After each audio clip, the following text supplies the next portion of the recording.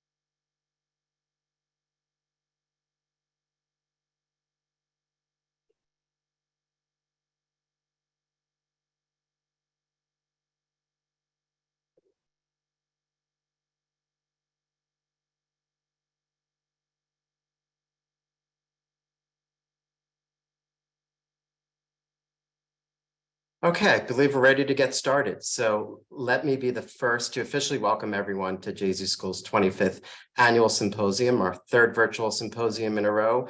Before we kick off the evening, I just wanted to give a little groundworks of how tonight is going to work. We're going to begin by hearing an introduction from a star alum of Gesu School. For those around the country who might not know about Gesu, we are an independent Catholic school co-run by the Jesuits and the Immaculate Heart of Mary Sisters. We serve predominantly low to moderate income students, and the key to our success is our alum. We are pre-K to 8 schools, so our alums go on to some of the best high schools in the Philadelphia region, and then to great colleges and wonderful careers. So you're going to hear from one tonight. After that, we will have our keynote address by Dr. Robert Evans. And following that, Michael Gary will come on to moderate a question and answer period.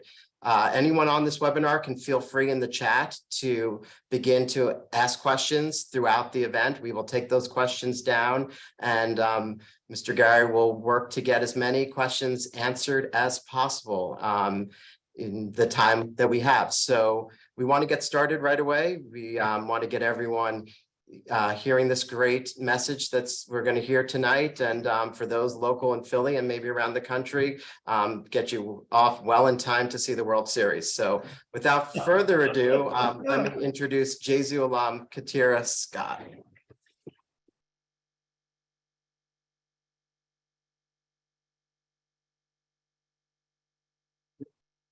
Good evening.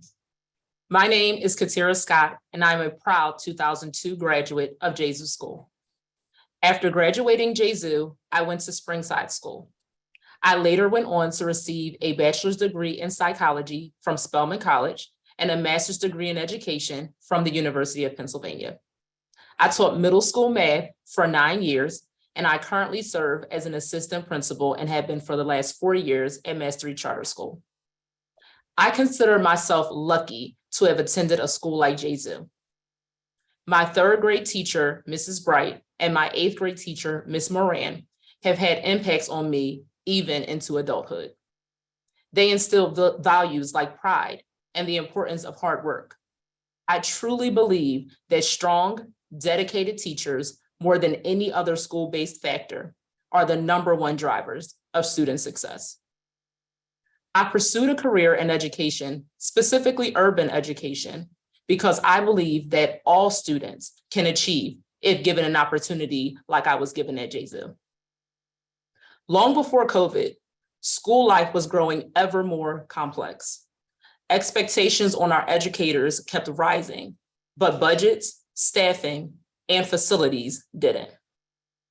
Then came a lethal pandemic that upended everything in schools, followed by racial reckoning and a toxic political controversy about schools. I have had a front row seat to it all. In an instant, we had to reimagine what school looked like. The impact of distance learning can be felt even today, even a year after returning from in-person learning. The impact of these changes can be felt not only by our students, but by the backbone of our schools, our teachers. Teachers are being confronted with unprecedented pressure, which has damaged morale and confidence and caused many to leave the field. I look forward to the next 45 minutes to hear our keynote speaker, Robert Evans. Rob will answer the questions that we have all been asking. How can educators respond constructively? How can they maintain their care, energy, and competence? Rob will outline practical ways to reduce stress and restore hope, both individually and as a school community. Robert Evans is a psychologist and school consultant, a former high school and preschool teacher, and a former child and family therapist. He has worked with schools and families for 50 years and has consulted to more than 1,700 schools across the country, working with teachers, administrators, boards, and parents. His presentations are known for their lively wit and plain talk.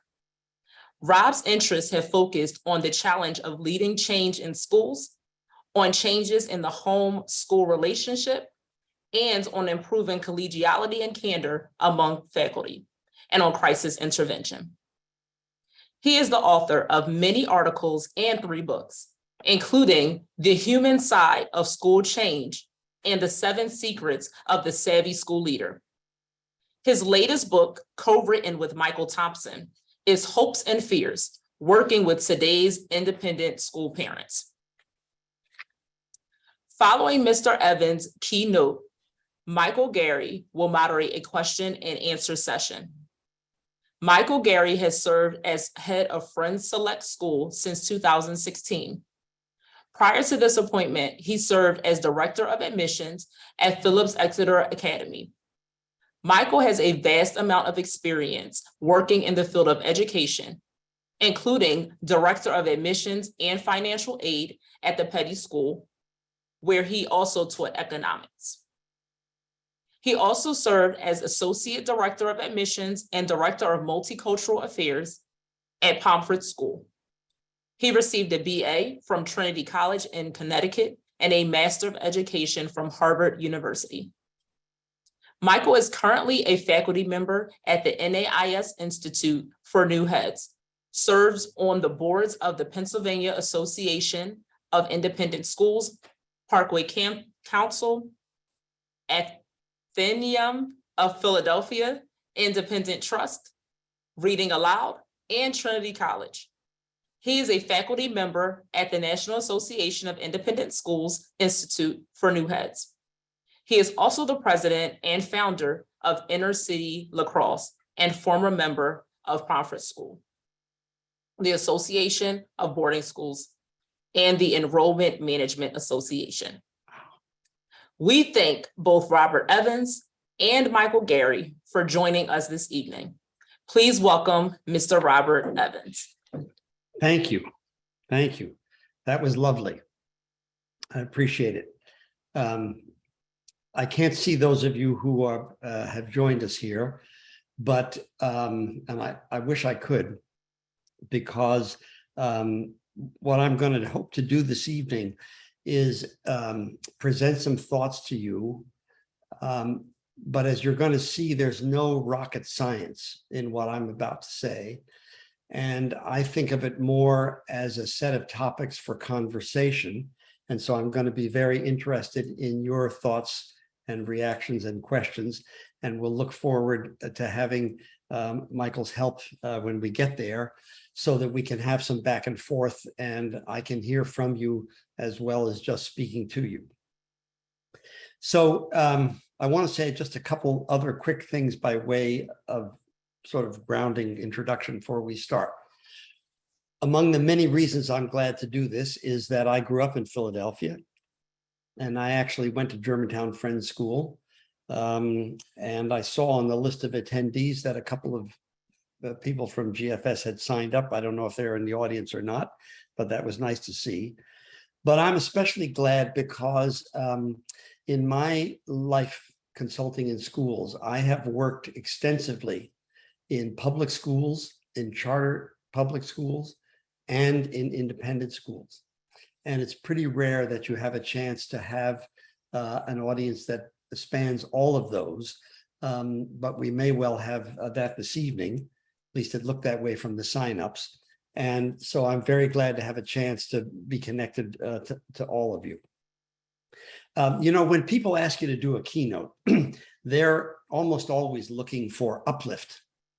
And, you know, if you're going to do a keynote, you want to sort of help bring people up and encourage them and sort of foster perseverance and all that kind of good stuff. And, you know, the problem is that I'm a psychologist. And I always used to say, I like to say, I specialize in depression. It's not actually true that I specialize in depression, but I know a lot about it. And I know a lot about it in part because I started my life teaching high school English. Then I taught preschool a couple of years, and then I became a psychologist.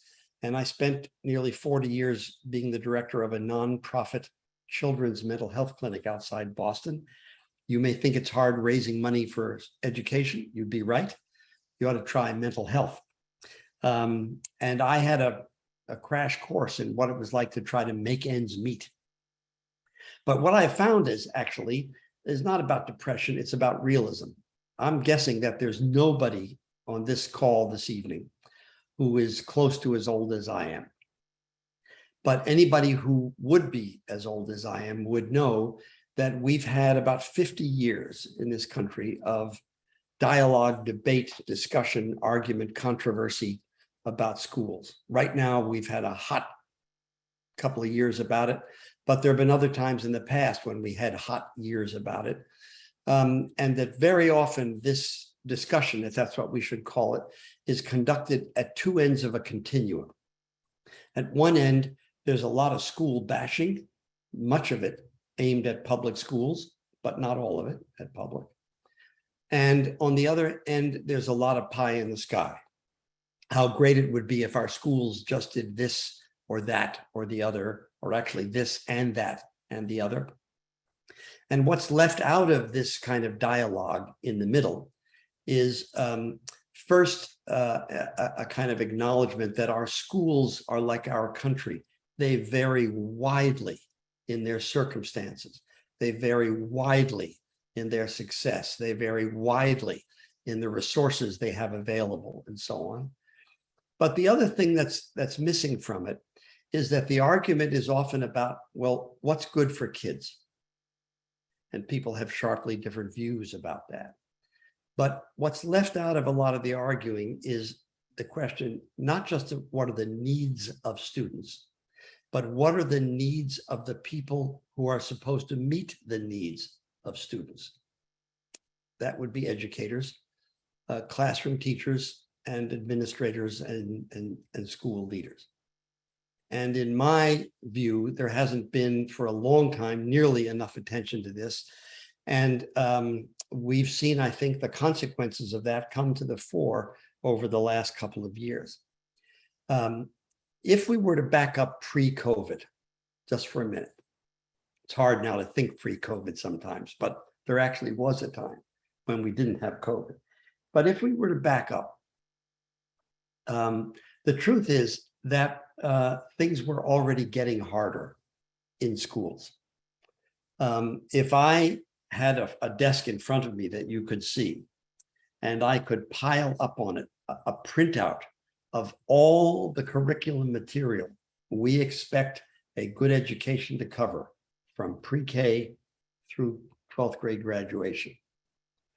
The stack of printout for what's there now would be about twice as high as the stack from 30 years ago. I'm not suggesting that the students learn twice as much. I'm saying we expect you all to cover twice as much, because we actually never take anything out of the American curriculum. Well, penmanship, we've taken that out. Lots of little kids can't really write cursive anymore and so on. But I mean, otherwise we put stuff in and we compress it and we teach it earlier and faster. And the good news has been that we found some years ago that lots of students could do more than we thought they could. And that was encouraging. The bad news is that when you raise the ceiling of your goals and you raise the floor of the goals, you make it harder for numbers of students to actually achieve this. Not because there's something wrong with them, but because you've moved the expectation set. And what you also do is make it harder for teachers to achieve this same thing. And the pressure was growing on everybody long before we got to COVID. And one of the challenges about the pressure was that it wasn't just that we wanted more, better, sooner, faster, but that long before COVID, we were having more and more students come to school less ready to learn, not less intelligent, not less intelligent. But traveling the country, as I've done for years, I would hear across the country preschool and kindergarten teachers describing long before COVID that they had more and more kids who were perfectly nice kids, perfectly good kids, but who would arrive at school, you know, sort of just much less ready to be students, less able to sit still, less able to concentrate on something for a few minutes, more responsive only if they got entertained, for example. And these kinds of considerations went all the way up the line, up through and into high school. And it was also, I think, we'd have to be honest to say that in many, many schools, there have been for more than 20 years, there has been a growing concern about what it's like dealing with students' parents. The large majority of parents are, of course, people who love their kids and want the best for them. And most of whom I think would like to be good participants in their school community. But in fact, we have a lot more parents than we've ever had. COVID has made it worse, but we had them before, who had a more transactional view of their relationship to the school. That is, people who would be, if they had to apply to your school, very grateful when your school would admit their child, but who would then recover from that gratitude rapidly and would wonder, what have you done for him lately? What have you done for her lately?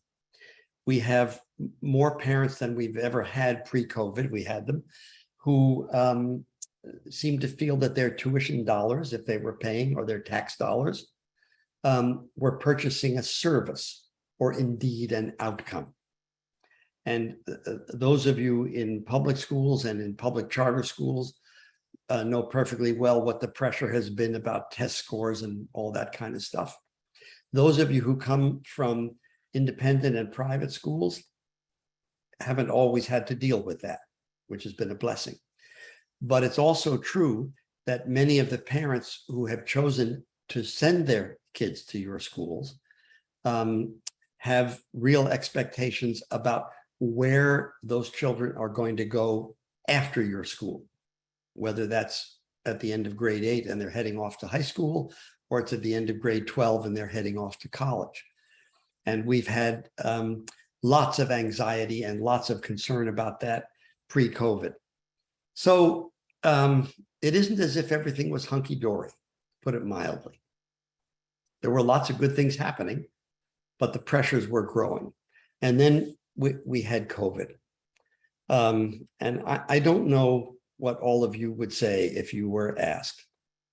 But my take on the last 2+ years actually is that they've been brutal. I think that's actually the best word for it, brutal. If we were in a room together, or if you were all on the little Zoom boxes here, I would ask you to raise a hand if you have lost somebody that you know or loved to COVID. And with an audience of currently over 100 people, I've been doing this for the last year. I would assume we'd have at least 25 or something like that who would raise a hand. And I would ask you also, how many of you have had COVID? I would guess it's much more than 25. And I'd ask how many of you had to miss or postpone, cancel some really important family event, a wedding, funeral, a graduation, something, and that lots of hands would go up for that too. And I think we're a long way from knowing what the full long-term impact of these last couple of years has been, or will be, actually.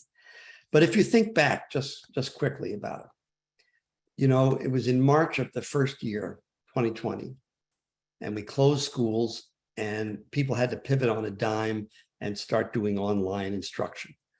And one way to look at it is that it was miraculous how many schools and how many teachers were able to do that.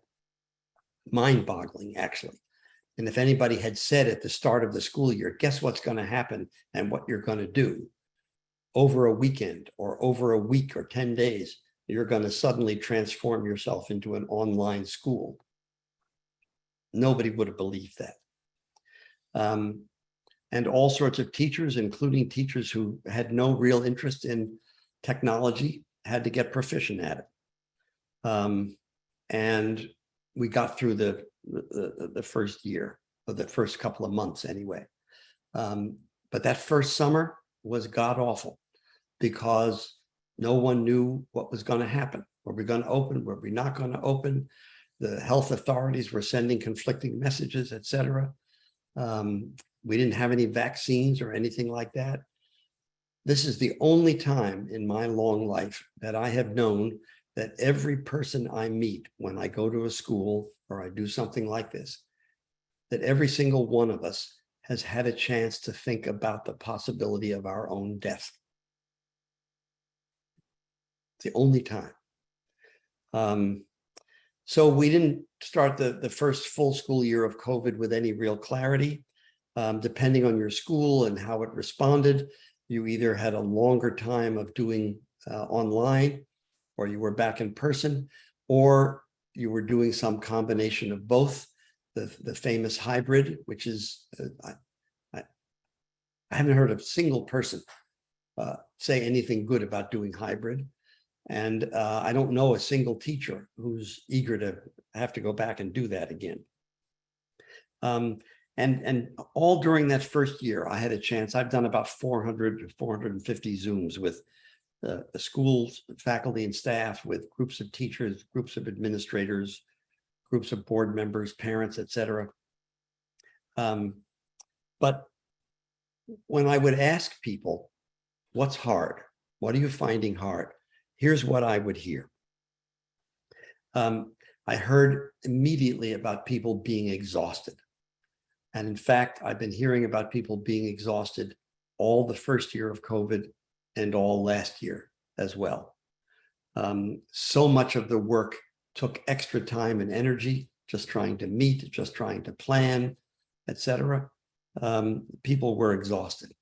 And I heard a lot about a loss of connection to students and to colleagues. I had a vivid experience of this at a large K-12 independent school in Ohio. I was talking with the middle school faculty, and I asked them what was hard. And, you know, everybody was on these little, you know, Zoom tiles, the little boxes.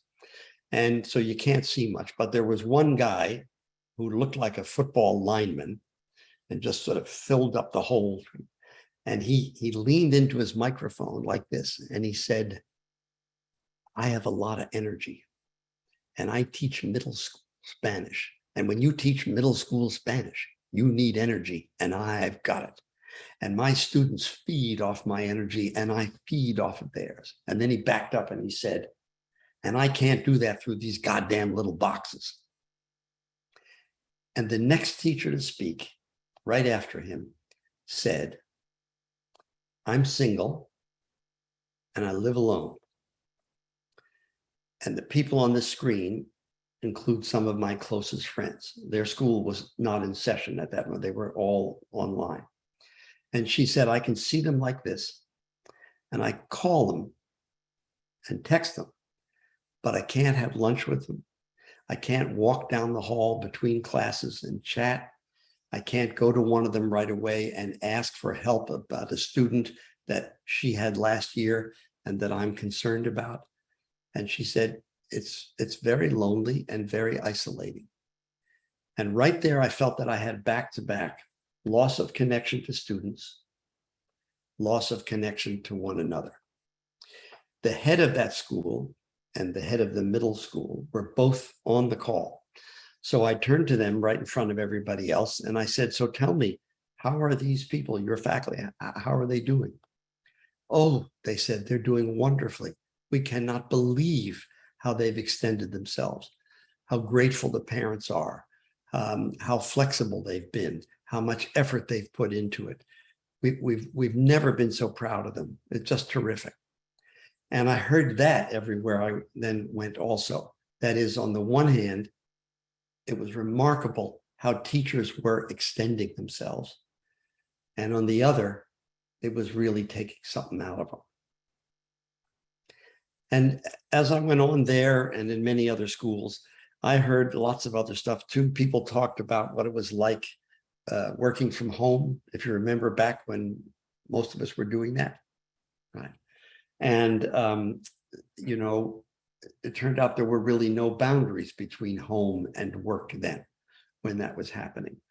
Lots of people found it was real, lots of teachers found it was really difficult to be managing their own family, children if they had them, for example, or an aging parent they were worried about way back in the pre-vaccine days, and at the same time carrying on at school. I had a teacher in one school say to me, you know, she said, I have two boys, they're aged 10 and 12. They're right now in the other room over there. And sometimes they carry on and they make a lot of noise. And if I wasn't doing my classes, teaching on Zoom, I would go over and say, cut that out, or something like that, she said. But I got to teach my class. Another teacher, a kindergarten teacher, said, no, it was a math teacher, sorry, 8th grade math teacher, said that she was having trouble, especially on the Zoom classes in the afternoon when they were still not in school, having kids pay attention to the math. And one day, for a few, she notices that the kids have started to actually kind of zero in. And she notices for a couple of, then she hears something behind her, and she looks, somehow she hadn't been looking at herself on the screen, and standing behind her is her little 5-year-old daughter, naked. And the 8th graders were paying attention, but not actually to math. And through it all, as I would listen to people, I heard people saying over and over some version of this. I'm working harder than ever, but I don't feel effective enough. I can't teach at my best. So the first year, then the next summer was not as bad, though it still wasn't great. And we came back to school last fall, not this fall, with everybody looking forward to catching up for the lost ground, the learning loss, all the other stuff. And lots of outside pressure on schools to do that. And when we came back to school and really got back into the full sort of swing of it, it turned out actually that lots and lots and lots of students in all sorts of schools had lost a good year and a half of school readiness. And I heard all last fall, this time last fall, I was hearing across the country, sophomores are acting like freshmen. Eighth graders are acting like sixth graders. Fifth graders are acting like third graders. Kindergartners are positively feral. And it became clear that what really had happened during the first full year plus of COVID was that lots and lots of kids had gotten a sort of behavior waiver at home. And actually many schools had made exceptions in terms of requirements and standards, whether it was about behavior or academic performance, grading, and all sorts of things. And that when the kids came back, they had lost a bunch of readiness. There has been tons of talk, there was last year especially, tons of talk, and you still hear it, about students being traumatized by not being in school enough. So I'm a clinical psychologist by training. And to me, trauma has a very specific clinical meaning. And I think the word has been hugely overused. It's quite possible for something to be really hard, to be really unfair, to be really difficult, and not be traumatic. Trauma is something that happens that's not just awful, it's sudden and catastrophic. It's like, I don't know, being a soldier in the Ukraine and having the soldier next to you get blown up by a hand grenade or something. It can be totally disorienting. It can produce post-traumatic stress. It's not the same as something that's just really, really hard. And I'm not for a minute minimizing the challenges. I am, however, holding out against the notion of widespread trauma. In part because what this does is obscure for us and really mask the capacities of students to cope. And I'm going to have more to say about that in a couple of minutes. But what is true is that there was a kind of a real developmental loss of readiness. So last year in many schools that I talked to and eventually visited in person were schools where people said this was harder than the year before. And, you know, I have a colleague I know who's been a superintendent of schools in the Boston area. His name is Pat Tutwiler, and he's one of the best superintendents I've ever met in a very long career. And Pat asked me to come to his school district and meet with the administrators last year, right about this same time in early November, because their stress levels were so high. And when we started out the meeting, he introduced it in a way that I have remembered vividly ever since. He said to people, this has been the hardest couple of years of my life, and I've had some hard years. I'm looking around, I see a couple of heads start to nod. And he says, then I think we're all a little off, he said. I'm a little off. You're a little off. The kids are a little off. The parents are certainly a little off, you know, and faculty and staff are, all of us, we're a little off. And I actually think that's still true, that in lots of places, even though many things have sort of returned more towards normal, we're still, lots of us, a little off.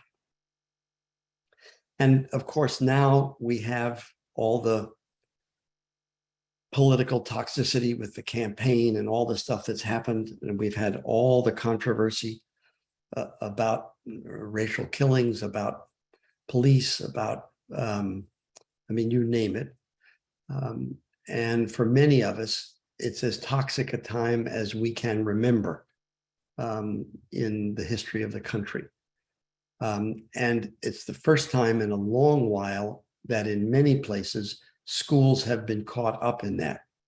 I don't know, of course, any of you or your particular schools in great detail, so I don't know about that, but I have been dealing and talking with faculty and administrators and superintendents and principals and heads of school around the country this fall, and also school boards in places where they are caught between warring factions of people who see things very differently and are trying to impose their will on the school.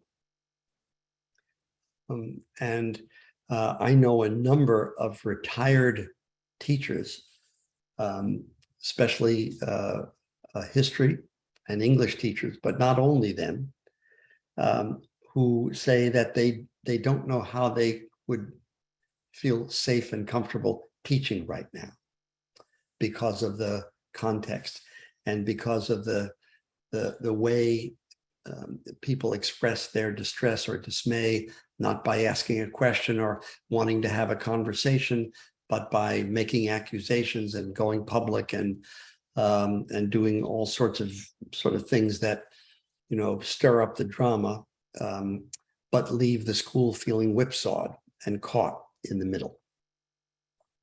So, you know, you put all this together, and what you have, I think, is an extraordinarily challenging time. And I continue to be impressed, and I'm going to say some more later, about how educators have found ways to cope in the face of all this. But I think it's fair to say that none of us were prepared for this whole onslaught of the last almost 3 years and what it's done to life in schools and the lives of those who want to teach kids, who love kids and want to be with them and help them grow up. And you know, so I want to stop here for a second and say there's a lot more that can be said about this. And, you know, I could go on and on. Actually, I suppose I could just get steadily more depressing, and you'd think to yourself, my God, maybe I better get off this call because I'll end up feeling worse instead of better, something like that. So I want to try, we'll just see. I'm not sure if this will work, but I'm hoping we can try this through the Q&A at the bottom of your screen, all right? Would you just throw into that Q&A? Just tell me this. Is what I'm describing sound familiar and accurate to you? Because I'm not going to go on and beat a dead horse if I'm missing the point here. And if you just be good enough to throw in a yes or no, or you have a thought about something that I've already said, you don't have to type a whole long thing in there, but would you be good enough to just put a little something in the Q&A? That would be great. Very much so. Totally yes. Totally. Yes. Well, okay. There's 4 or 5 people who think yes. That's good. I'm encouraged because I don't want to take you off in the wrong direction. So let's let's try this. Would you be good enough to think for just a minute about something these last couple of years? Maybe it's right now, maybe it was last year, maybe it was the year before that, maybe it's been all the way through.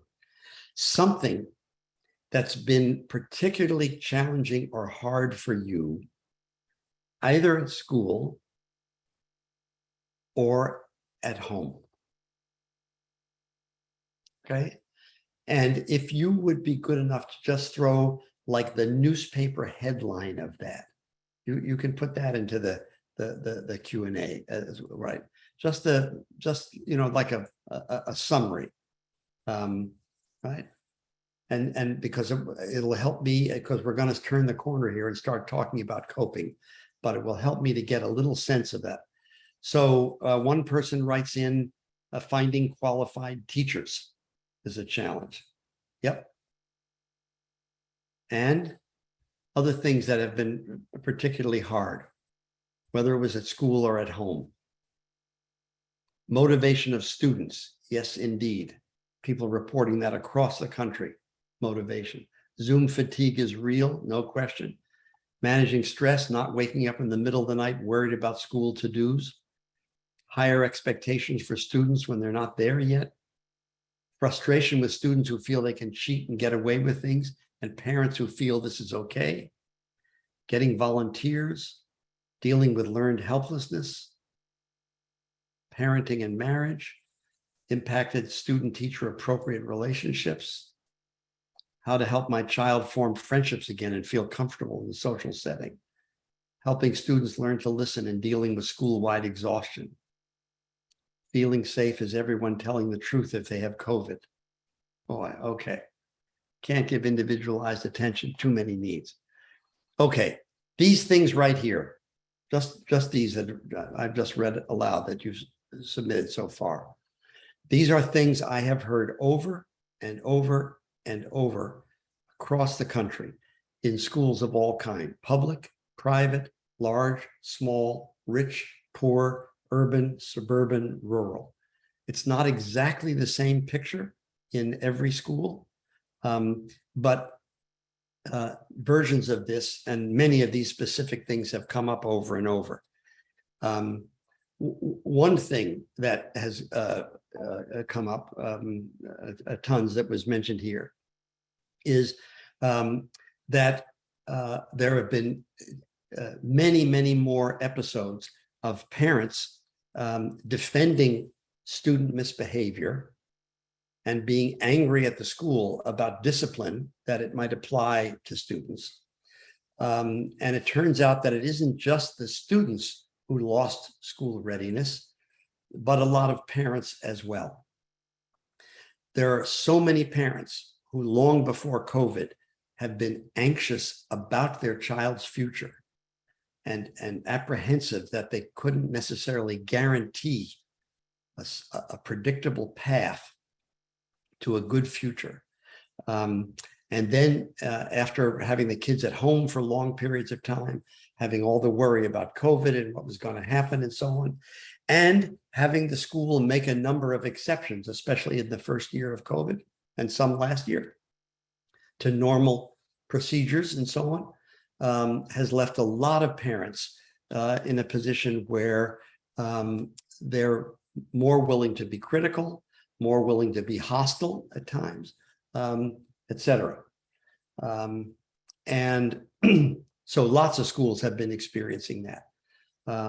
And the challenges about the student academic readiness and the behavioral readiness are, as I've said, ubiquitous. So I want to share some thoughts about coping, and then I want to hope we can get to some directly to some questions back and forth. So all this is grim. There's just no two ways about it. It's really hard. And it illustrates for me some things that have always been true. And if there is good news here, for me, the good news is that the coping, the things that are likely to be helpful are not fancy. They're simple.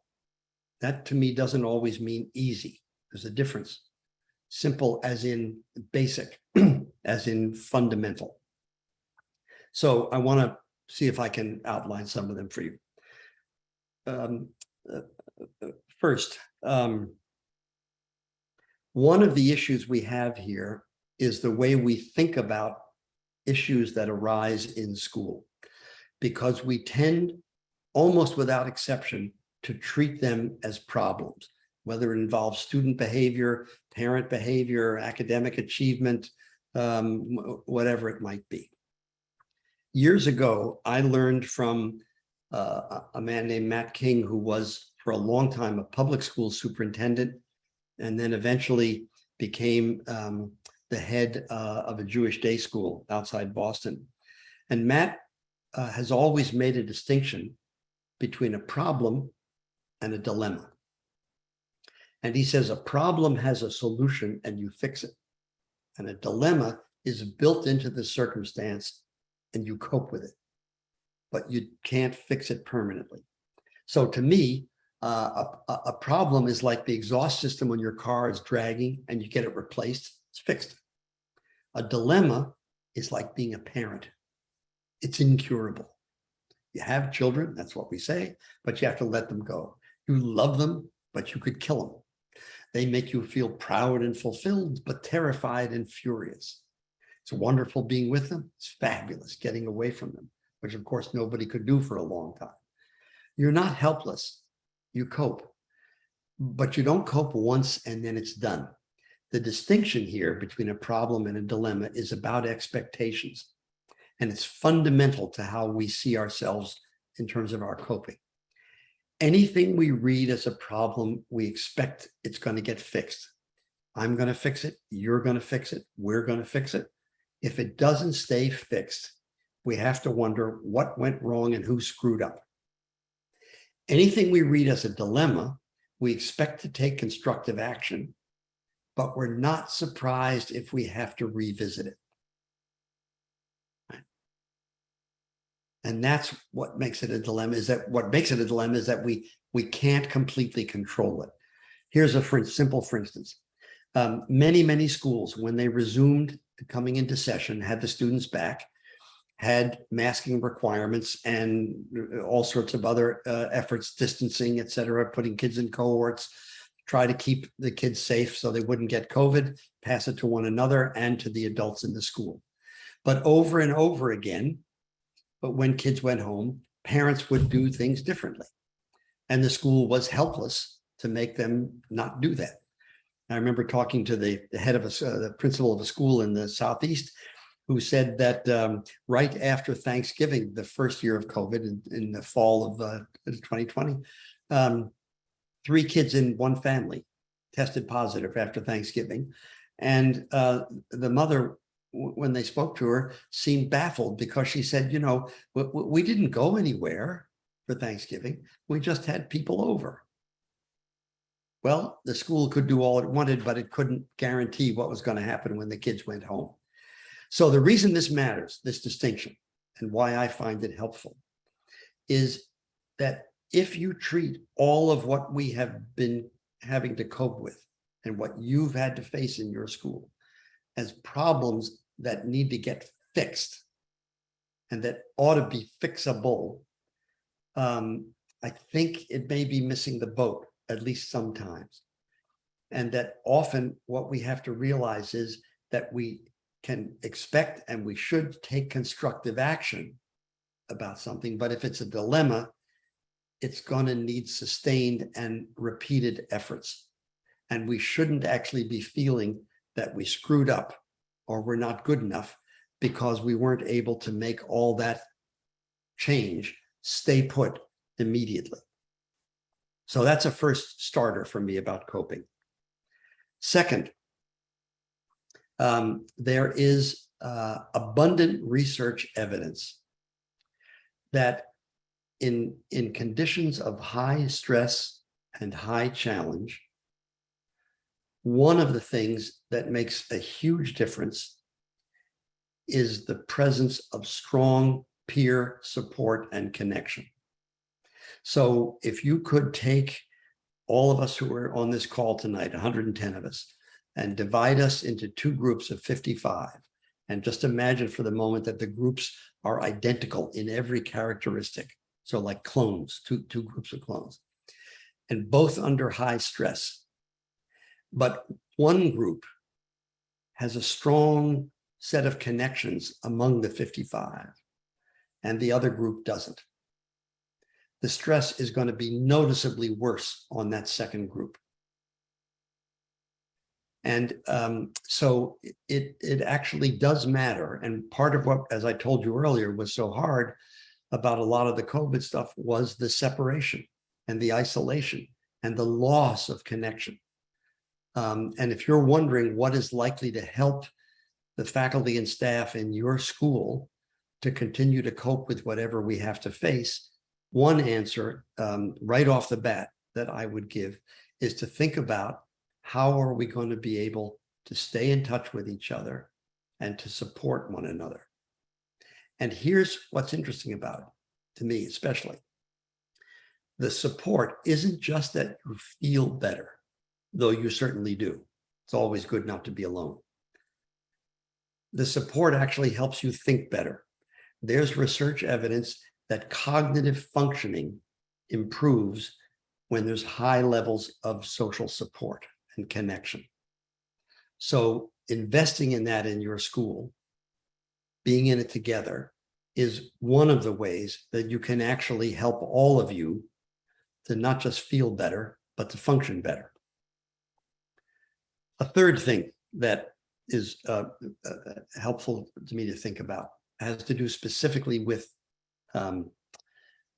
students. Because of all the talk about trauma, I found myself going back to read the research literature. And it turns out that one of the world's leading experts on trauma in children is a woman who's been a professor for a long time at the University of Minnesota named Ann Maston. And she has studied kids around the world who've been, just as say children would be in Ukraine right now.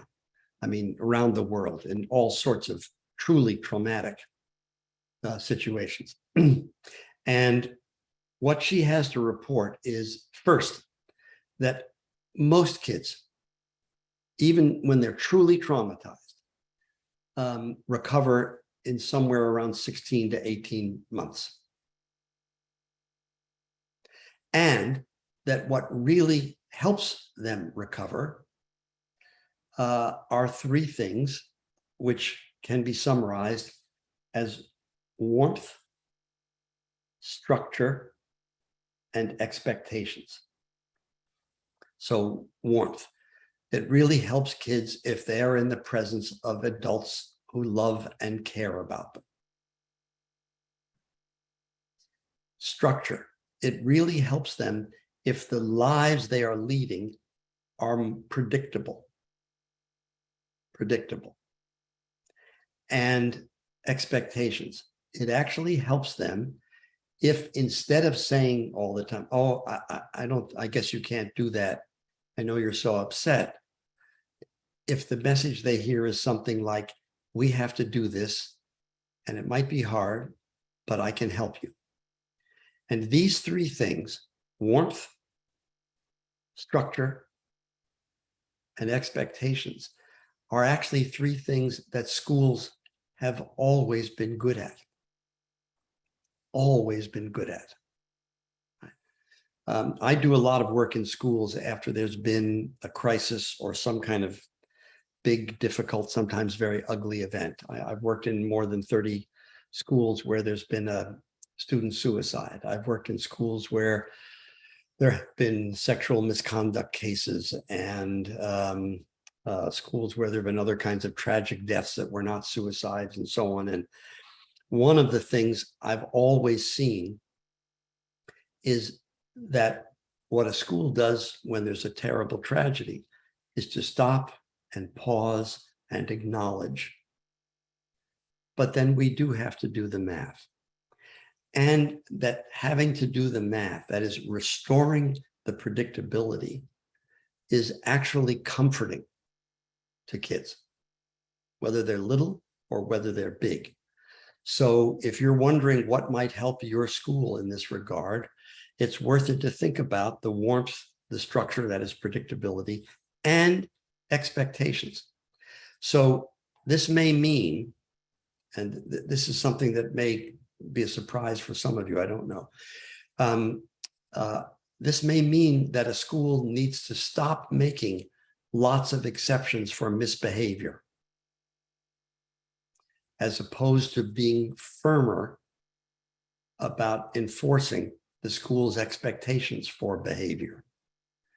If you think about how does any child learn over the course of their growing up to manage their impulses, to control their impulses, to control aggression, to focus themselves, to concentrate on things. All of these things start outside with adults, parents ideally, but certainly teachers, helping the child to do this, actually, if you will, insisting that the child do this, but helping them to do it. And I think this need is greater now than it has been for years and years and years.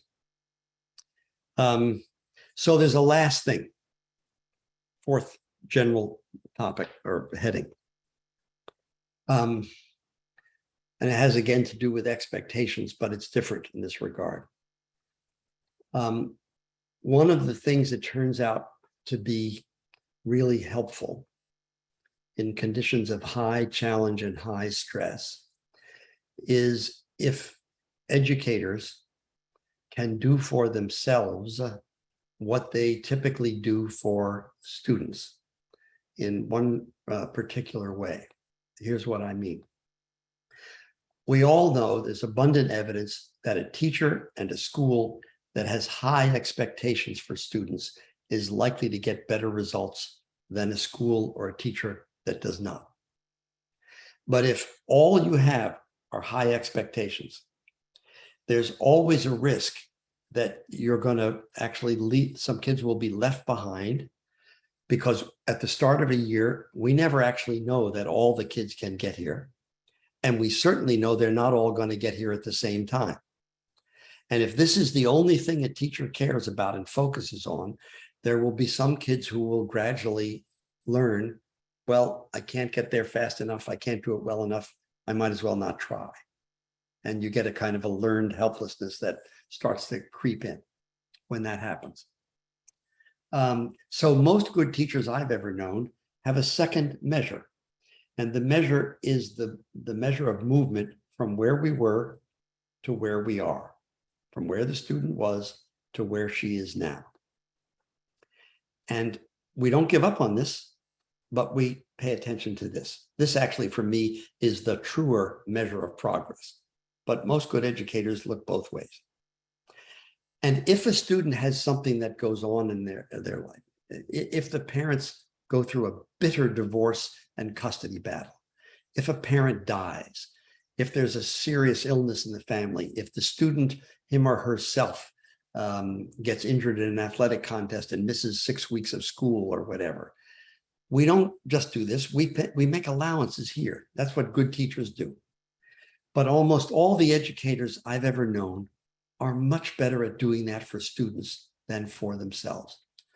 So I don't know you folks. I can't even see you folks, but I'm guessing that this would describe a lot of you.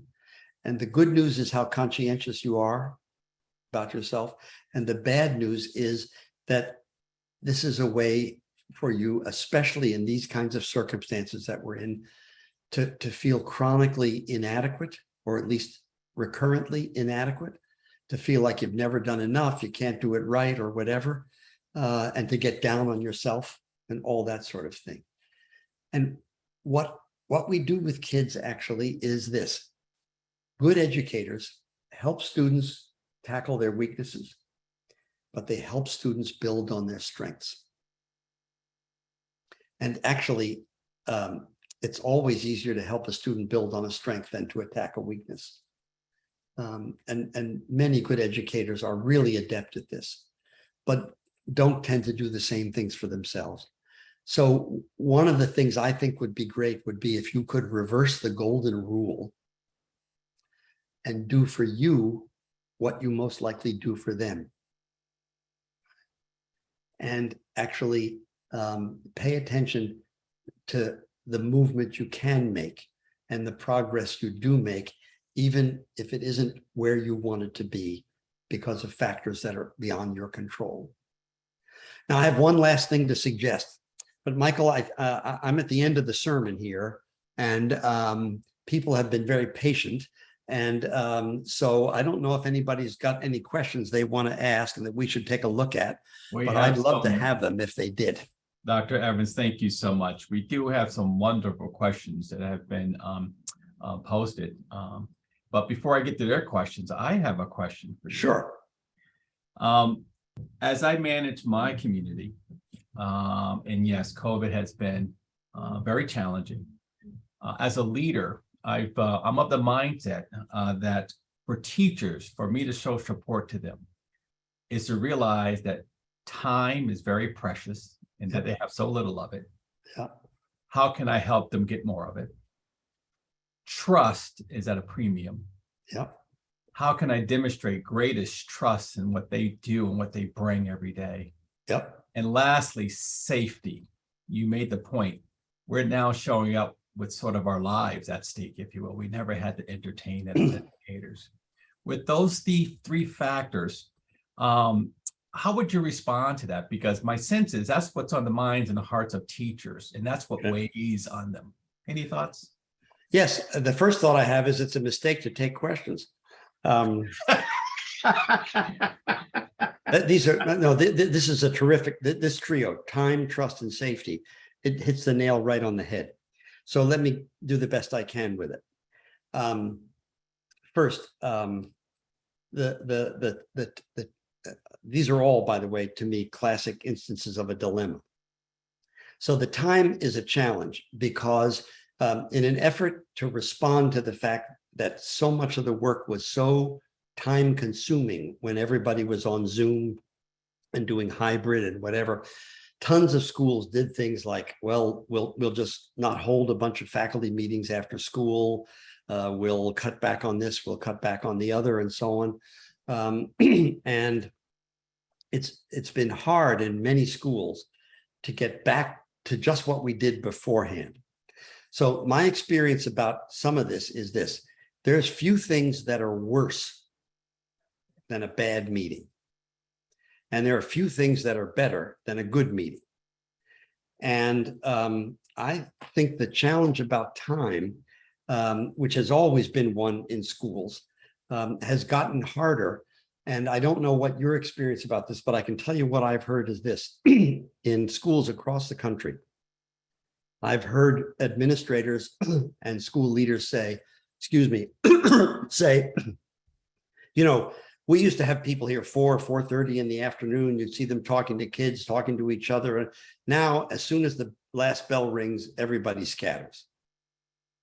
And it's just not the school it used to be because everybody's going off. So it's understandable that people have lives and people want to do other things. But it's also true that a school can't function without a certain investment of time that simply is, you know, you just can't run the school, right, and you can't do the work. Mm-hmm. So I think this has to be acknowledged directly. And this is going to be true for the other two things.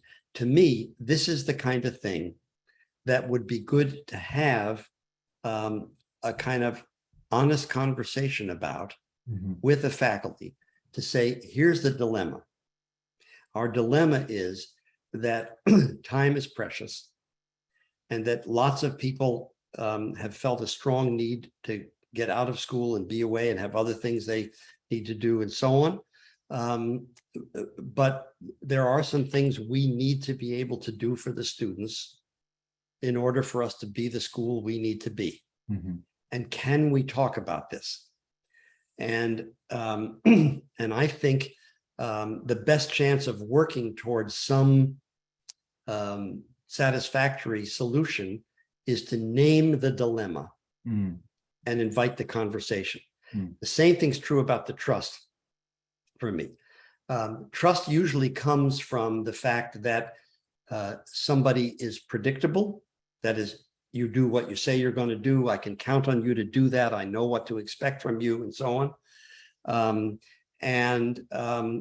Part of what's been so hard in the last couple of years is that there's been so much unpredictable stuff about COVID, about all the political toxicity, I mean, it's just very hard to say, yeah, no, we've settled down now. We know what's what. But this also, if there are schools where it does feel like there's some kind of trust issue, I would like to know what that is. And one of the best ways I know to do that is actually to ask people about it and listen. One of the things that made a difference, we started hearing in the first full year of COVID about toxic positivity. The phrase started popping up everywhere.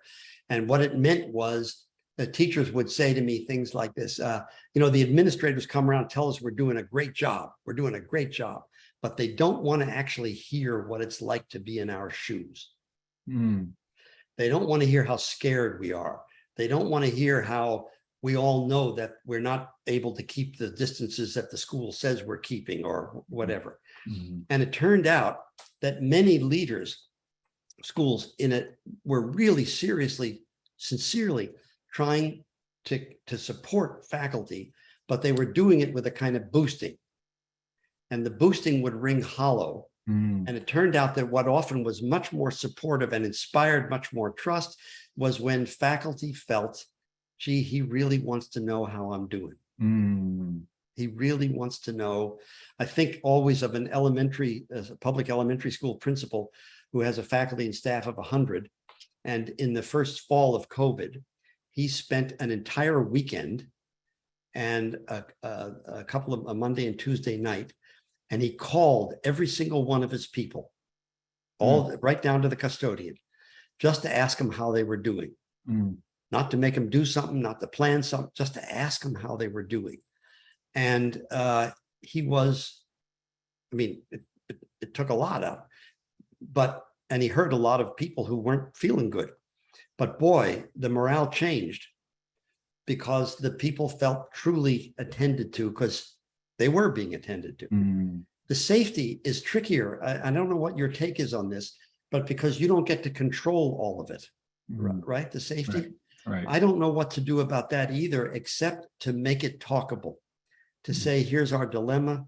This is a school. We always want a school to be safe. Every single one of you, all the kids here, we're doing everything we can, but we all know that there are some things that, we have reason to worry about. And I'd want to listen to people some about what their worries are. And then here's the one thing. I would always want to ask, not just what's so hard or what's scary. I'd want to ask also, what helps you to cope? Because it's one thing to have somebody else come around and tell me, I'm doing great.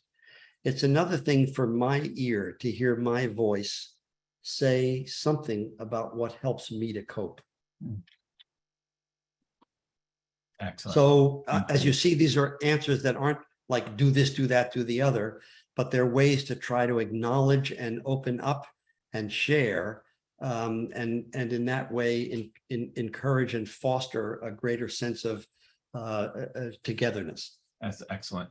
One of the questions from our attendees is what is the number one way administrators can support their faculty right now? So the number one way for me would take me back to a couple of minutes ago.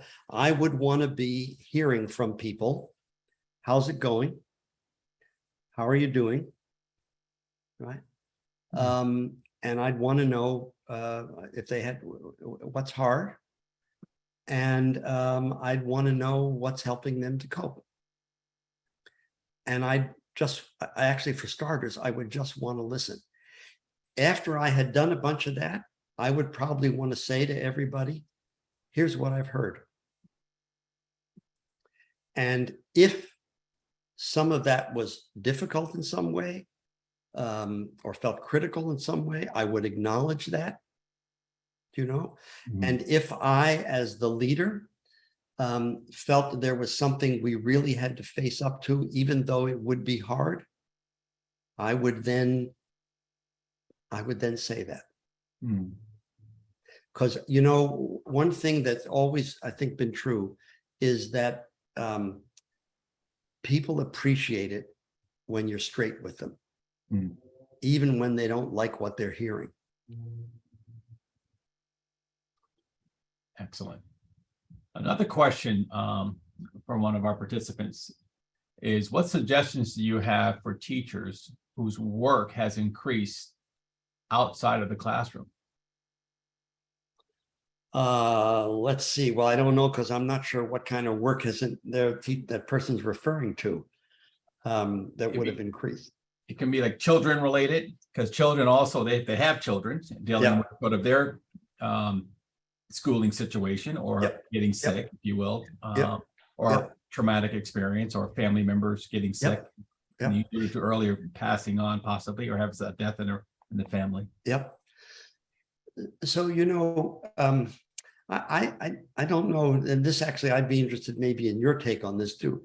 One of the things I sort of feel that's been exposed these last 2 years is that most schools have depended on something extra from most teachers.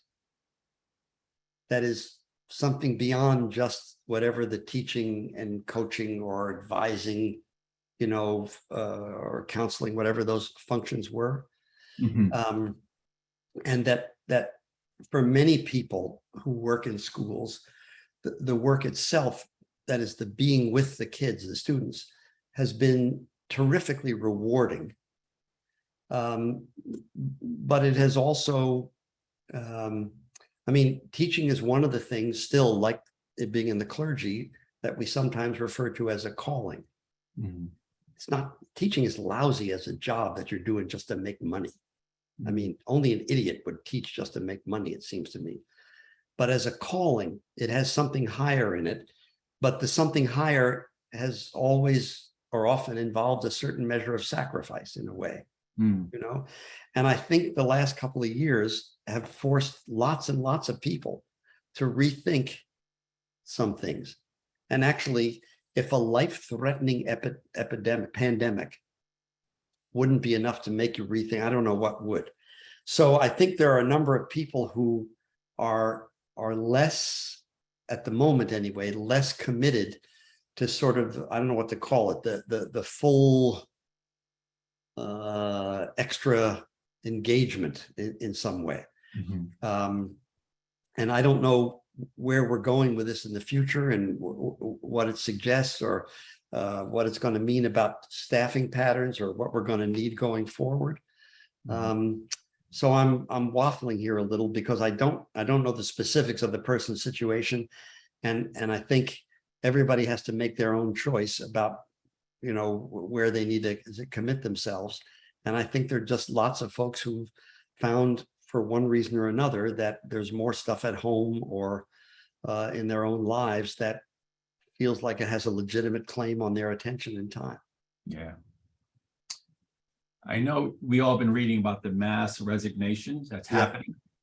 A question in the chat here is, how can we stem this sort of tide of teachers leaving?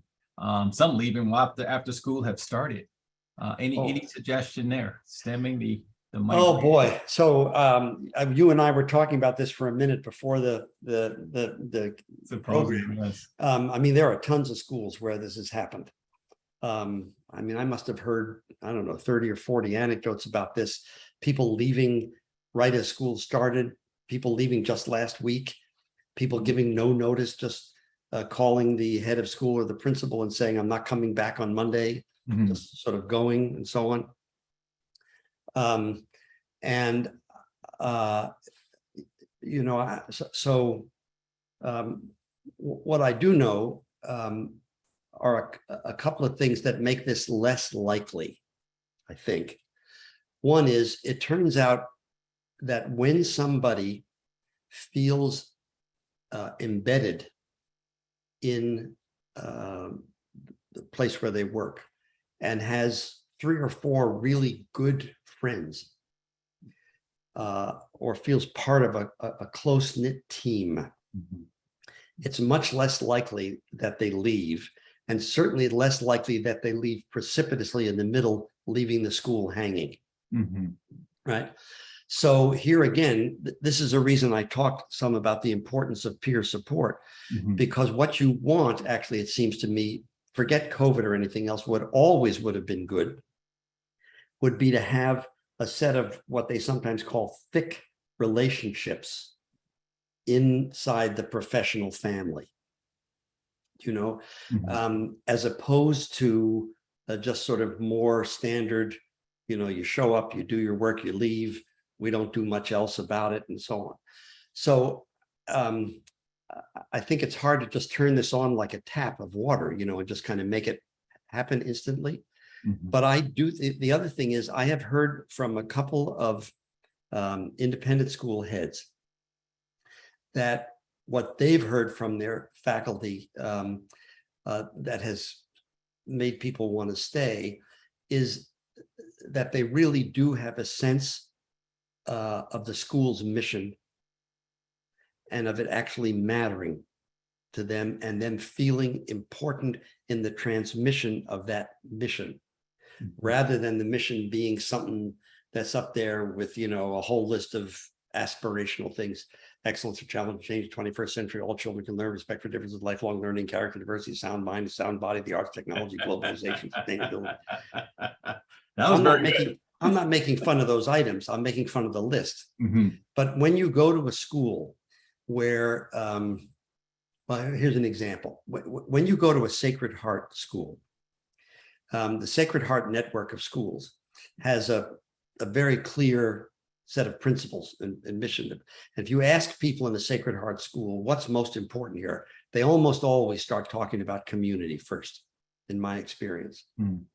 And there are clearly places where, at least the ones, the dozen or so I've been in, where people have a shared sense of commitment to what they're about. Mm. And I think that definitely makes it less likely that people will leave, and leave precipitously. So as it's a longer term challenge, but it's one that's really worth thinking about. How do we build and sustain a sense of shared commitment to something that really matters to us about what we're doing with kids here? Yeah. So as a leader of a pre-K through 12 school, I'm keenly aware that I have to provide flexibility going through COVID and post-COVID, because people dealing with different things. Yep. And to kind of meet them where they are. My question though is, if I'm being flexible, how can I at the same time be equitable? Yep. Boy, you asked terrific but tough questions. So let's see. That's a great. Can I ask you back? Have you found anything helpful? Well, I err on the side of just being flexible, knowing that I need to meet individuals where they are. And although the other people may see it as not being equitable, they don't know what this one teacher or a staff person is dealing with. You have to just meet them where they are. Yeah. So back to just communicating and just being firm and clear, but yet understanding how they may see that situation. But again, it's ultimately the decision of the head in this case. That's the only way I can navigate, but taking care of people who need to be taken care of right now in this moment, and that's a solution for them. So have you said that to your folks? Yes. Good. So if that's what you're doing, I'm glad if you said that to them. I think this, just because we don't have an upsurge of COVID right now, it doesn't mean we're out of the woods, and Right. It doesn't mean we're over everything that happened the last couple of years. Right. And I think it's quite possible to say to a faculty, being just really honest, there are some situations here that really have special elements in them, demands, et cetera, that we're going to make an effort to accommodate if we can. Sometimes that may really strike some of you as being inequitable, and in some ways it may technically be, if we just look at the school functions and roles and all that stuff. Where we're moving is back towards being equitable, Mm. and as it's more and more possible for people to do that, That's where I intend to head. And I'm going to keep doing that the best of my ability. But this is a dilemma. And there may be some times here over the balance of this year where, you know, you may feel something's inequitable. If you have a real question about it, come see me. Yeah, yeah. Thank you for that distinction of problem versus dilemma. I have found it so useful, Very helpful. so Well, useful. One last question here from attendee. It says, you mentioned earlier that teachers are leaving the field and many Yeah. schools are struggling to fill all available positions. How might schools structure peer mentoring to help support new faculty without overburdening experienced faculty? Great question. Yes, a great question. So I think the mentoring, let's see, trying to, if I can say this succinctly. So mentoring, when we structure it, as opposed to when it just arises naturally, can be sometimes very helpful, but not always. There are some people who are very senior practitioners as classroom educators and who are really good at it, but who are not necessarily good mentors. And so the mentoring depends on the ability of the person to mentor. To me, that would be one thing that we could think of doing, you know, about it. But there are others that are not too demanding. So, for example, there are some schools where they have regular, like every 6 weeks or so, a lunch meeting or whatever of all the new folks that year. Sometimes it's with the head of school or the principal, or maybe it's with somebody else who's an administrator, or just a couple of teachers to talk about how it's going and what their experience is about it. When schools do have mentors, it sometimes can be very helpful if the mentors gather once or twice themselves just to talk about how that's going, the mentoring. But I think, you know, the more that people join a place where they feel connected, mentoring is one way of doing that, but colleagues are another. Joining a team, if you're in the 7th grade team or the 2nd grade team or the whatever, you know, makes a difference. The more we're together, the likelier is that people are going to feel invested in the school. Excellent. Oh, I see. We've just been joined on the screen by a very august. Yes, that's a sign that our time is up. Dr. I think Evans, so. Great job.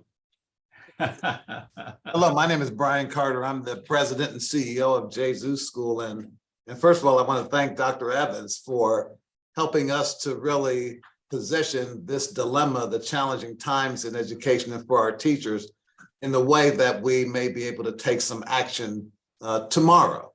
And Michael Gary, thank you so much for sharing your wisdom, sharing the difficult questions for Dr. Evans, and thank you for moderating the Q&A.